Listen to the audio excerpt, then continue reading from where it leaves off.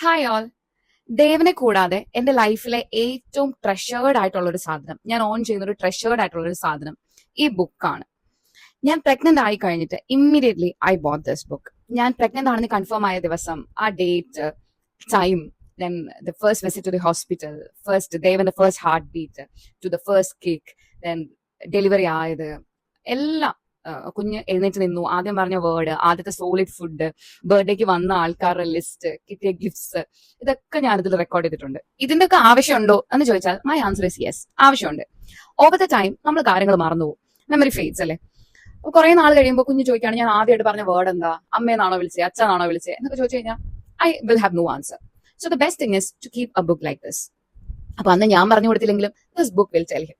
At that time he will be very happy. എന്റെ അമ്മ എനിക്ക് ഇത്ര എഫേർട്ട് ഇട്ട് ഇതൊക്കെ എഴുതി വെച്ചല്ലോ എന്ന് he will be very happy. പിന്നെ വേറൊരു കാര്യം കൂടി ഉണ്ട് കേട്ടോ, ഒരു അമ്മയ്ക്ക് കിട്ടുന്ന സാറ്റിസ്ഫാക്ഷൻ. ഇപ്പൊ ദേവന് 1.25 വയസ്സായതേ ഉള്ളൂ, എന്നാലും ഇടയ്ക്കിടയ്ക്ക് ഈ ബുക്ക് എടുത്തിട്ട് ഇവന്റെ നേരത്തെ ആദ്യം പല്ല് വന്നതും അങ്ങനത്തെ കാര്യങ്ങളൊക്കെ വായിക്കുമ്പോൾ എനിക്ക് ഭയങ്കര സന്തോഷമാണ്. It will bring a smile on my face. അപ്പോൾ ഇത് ഞാനൊരു 40-മത്തെയോ 50-മത്തെയോ 70-മത്തെയോ വയസ്സിൽ കാണുമ്പോൾ ഒന്ന് ആലോചിച്ച് നോക്കി, I will be so proud of myself. So this message is to all the moms out there. ചിലപ്പോൾ നിങ്ങൾ 10 വയസ്സുള്ള കുഞ്ഞിന്റെ അമ്മയായിരിക്കും, ന്യൂ ബോണിന്റെ അമ്മയായിരിക്കും, പ്രഗ്നൻസി ജസ്റ്റ് കൺഫേം ചെയ്തിട്ടേ ഉണ്ടായിരിക്കത്തുള്ളൂ. എങ്ങനെയാണെങ്കിലും just write down, just keep a book and write down. ഫ്യൂച്ചറിൽ നിങ്ങളും നിങ്ങളുടെ കുഞ്ഞും ഈക്വലി നിങ്ങളോട് താങ്ക്ഫുൾ ആയിരിക്കും. So write it down before you forget. This is all for today. Thank you so much.